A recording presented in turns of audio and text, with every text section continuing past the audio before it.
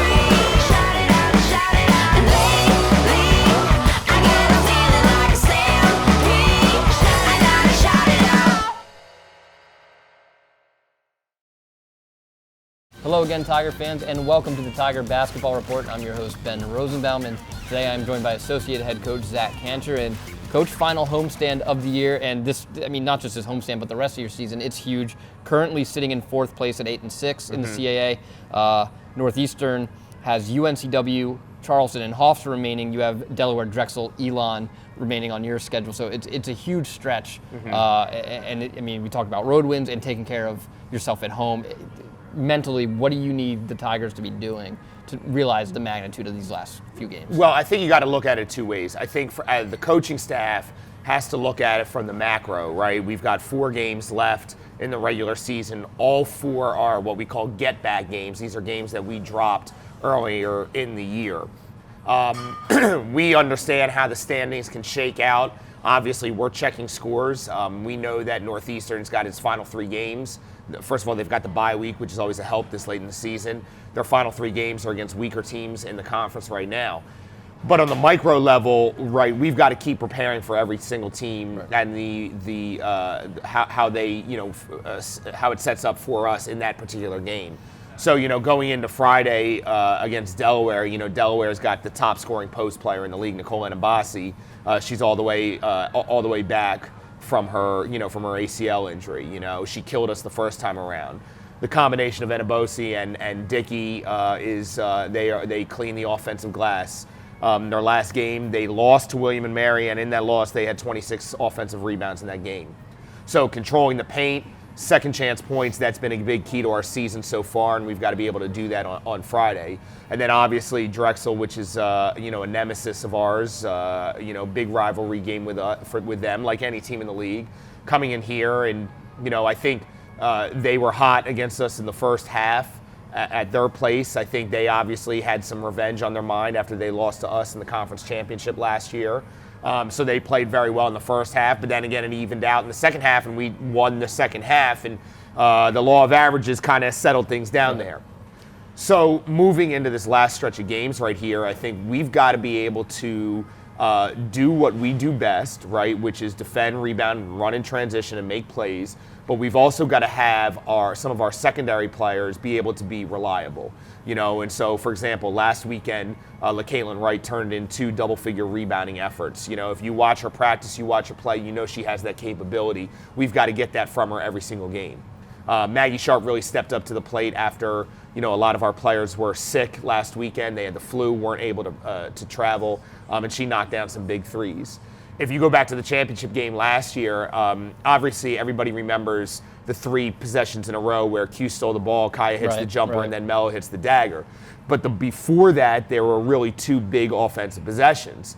One was a transition 3 by Danny Durjan in the right corner, and the other was a sideline out-of-bounds catch and layup by Maya Lee with a late clock. So those were big plays also that kind of kept the game even, and we're looking for some of our secondary players to be able to step up into those roles. Definitely LaCaitlin Wright has the ability to fill that Maya Lee role, there's no question about it. Maggie has the ability to knock down shots, and Scoop has been giving us great energy off the bench. Her shooting has improved as well. So we got to go into this Delaware game, and we got to understand that momentum is a real thing. And we've got to be playing our best and clicking on all cylinders into our last stretch of regular season games. Looking at Delaware and Drexel, you mentioned Enibosi and Dickey. Enibosi is going to do what she does. I mean, you can kind of plan on that. Dickey kind of goes out above her average at 17. And then you look at that Drexel game as well. Bailey Greenberg is going to do what Bailey Greenberg is going to do. Hannah Nihill, who's averaging 5.5 a game, catches hot from beyond the arc, and that kind of catapulted them to that lead.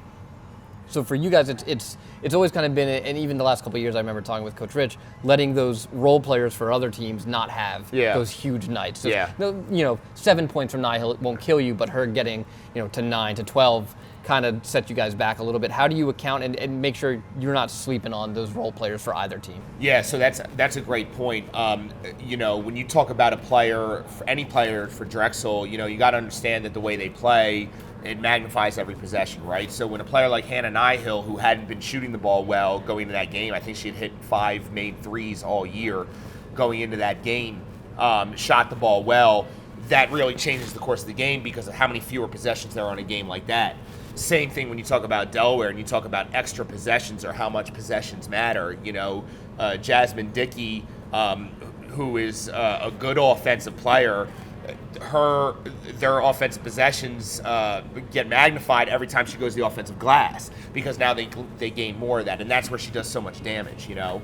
So we've got to understand that it's obvious to tell, like you said, that Nicole Enibosi is going to get the ball in the post and she's going to go to work. We know that Bailey Greenberg is going to set a flare screen and slip to the rim, or she's going to cut to the middle of the floor and sell the foul, and be able to get to the free throw line. Keishana Washington for Drexel right now is playing out of her mind, and she's the player on that team that you can throw the ball to and she can get somebody a shot. So knowing that, we got to be ready for those other players. We got to be ready for Simone DeFries and Abby Gonzalez and Kayla Shaw, who are starters, who have the ability to score, and we've got to take them out of the game. We got to be ready for Hannah Nihill to, make, we call them extra plays or winning plays, where the ball gets tipped around 4 times and then she just scoots in there and grabs the offensive rebound and resets it. And now you got to guard for another 30 seconds. Aubrey Brown, who isn't a very skilled player. She just knows how to play, and she's so adept at using her physicality to an advantage. So those role players, we've got to be able to be aware of them, and we've got to be able to take them out. And in addition, we need our secondary players and our role players to be able to be dependable and reliable to come in and make the plays that we need. So the Tigers take on the Blue Hens Friday, the 28th at 7 o'clock inside CQ, and then Sunday, March 1st at 2 o'clock, the Tigers host the Drexel Dragons, and that will also be Senior Day, celebrating the Tigers' seniors. For Associate Head Coach Zach Kancher, I'm Ben Rosenbaum. Thanks for joining us, and as always, go Tigers.